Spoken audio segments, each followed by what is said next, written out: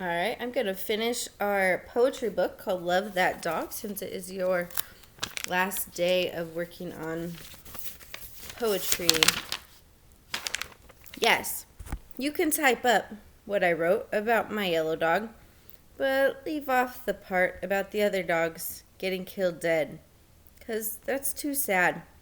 And don't put my name on it, please.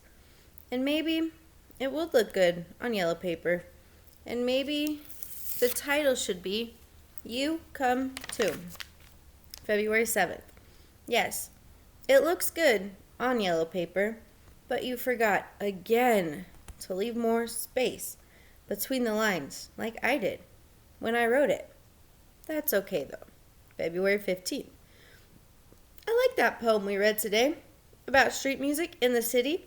My street is not in the middle of the city, so it doesn't have that loud music of horns and trucks, clash, flash, screech. My street is on the edge of a city, and it has quiet music most of the time. Wisp, meow, swish.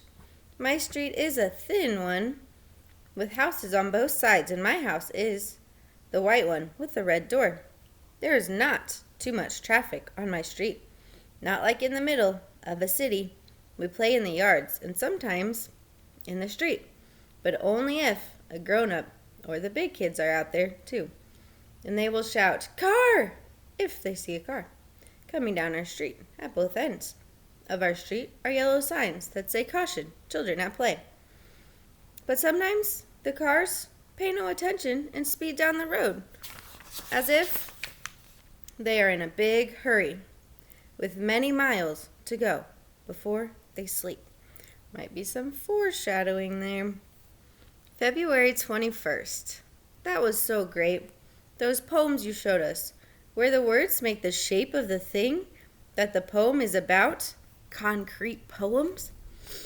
Like the one about an apple that was shaped like an apple, and the one about the house that was shaped like a house. My brain was pop, pop, popping when I was looking at those poems. I never knew a poet person could do that funny kind of thing. I tried one of those poems that looks like what it's about. My Yellow Dog by Jack. It says, tail, tail, yellow, yellow, yellow.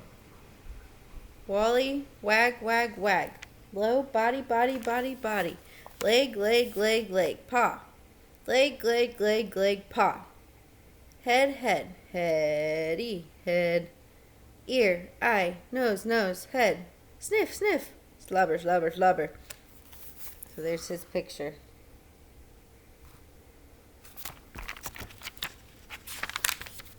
March 1st. Yes, you can type up the Yellow Dog poem. That looks like a dog. This time, keep the spaces exactly the same. Maybe it would look really, really good on yellow paper. Maybe you could put my name on it, but only if you want to. Only if you think it looks good enough. I was a little embarrassed when people said things to me like, "Neat poem, Jack," and "How'd you think of that, Jack?" And I really, really like the one you put up about the tree. That is shaped like a tree. Not a fake-looking tree, but like a real tree with straggly branches. But I want to know, who is the anonymous poet in our class? Who wrote that, and why didn't he or she want to put his or her name on it? Was it like me when I didn't think my words were poems? Maybe you will tell the anonymous tree poet that his or her tree poem is really a poem. Really, really. And a good poem, too. March 14th. That was the best poem you read yesterday by Mr. Walter Dean Myers. The best poem ever. I'm sorry I took the book home without asking. I only got one spot on it. That's why the page is torn. Tried to get the spot out. I copied the best poem and hung it on my bedroom wall, right over my bed where I can see it when I'm lying down. Maybe you could copy it too and hang it on the wall in our class, where we can see it when we are sitting at our desk doing our stuff. I sure like that poem by Mr. Walter Dean Myers called Love That Boy. Because of two reasons. I liked it. One is because my dad calls me in the morning just like that. He calls, "Hey there, son." And also because when I had my yellow dog, I loved that dog. And I would call him like this. I'd say, "Hey there, Sky." His name was Sky. So that is the first time we've heard the dog's name. March 22nd. My yellow dog followed me everywhere. Every which way I turned, he was there, wagging his tail and slobber coming out of his mouth when he was smiling at me all the time, as if he was saying, "Thank you, thank you, thank you for choosing me," and jumping up on me and his shaggy, straggly paws on my chest like he was trying to hug the insides right out of me. And when us kids were playing outside kicking the ball, he'd chase after it and push it with his nose. Push, push, push.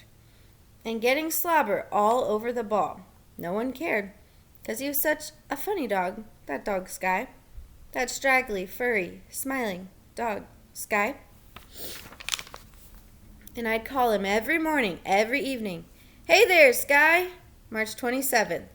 Yes, you can type up what I wrote about my dog Sky. But don't type up that other secret one I wrote.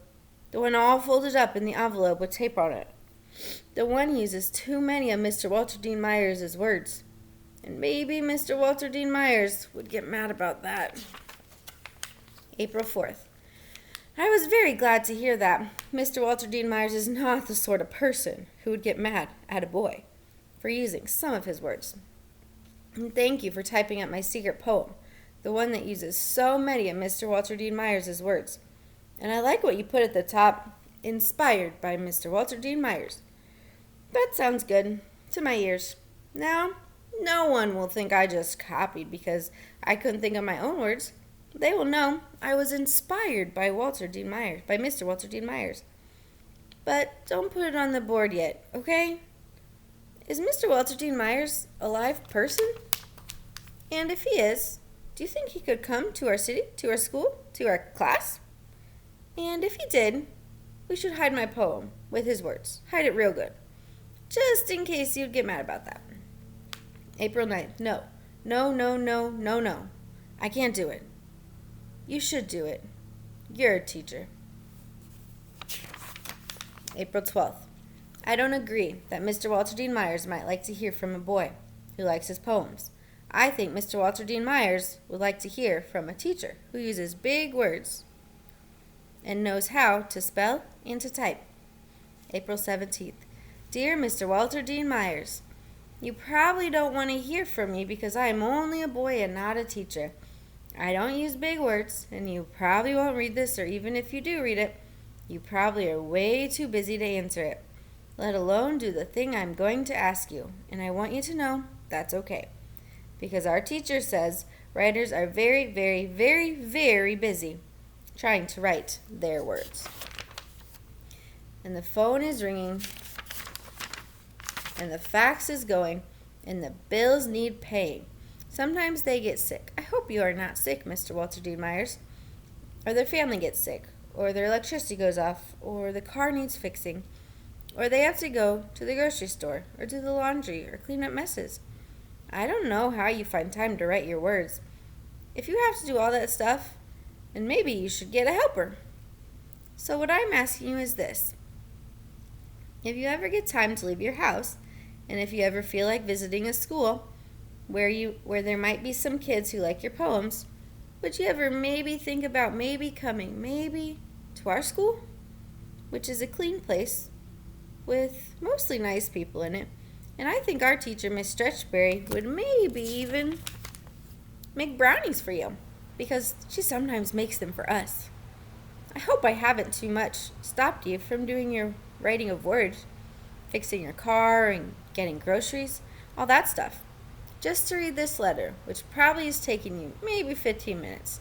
And in that time, you could have written a whole new poem, or at least the start of one.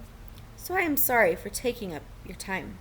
I understand if you can't come to our clean school and read some of your poems to us and let us see your face, which I bet is a friendly face. My name is Jack. Bye, Mr. Walter Dean Myers. Did you mail it? Did he answer yet? April 20th. April 24th. Months? It might take months for Mr. Walter Dean Myers to answer my letter. if he answers it? I didn't know until you explained that the letter has to go to Mr. Walter Dean Myers' publisher company. And then someone at the publisher company has to sort all the mail. Not just my letter, but hundreds and hundreds of letters to hundreds of authors. All that big mess of mail piled up, and someone sorting all that mail. And then the letters for Mr. Walter Dean Myers go to him. And maybe he's away. Maybe he's on vacation. Maybe he's sick. Maybe he's hiding in a room writing poems. Maybe he's babysitting his children or his grandchildren, if he's married and stuff.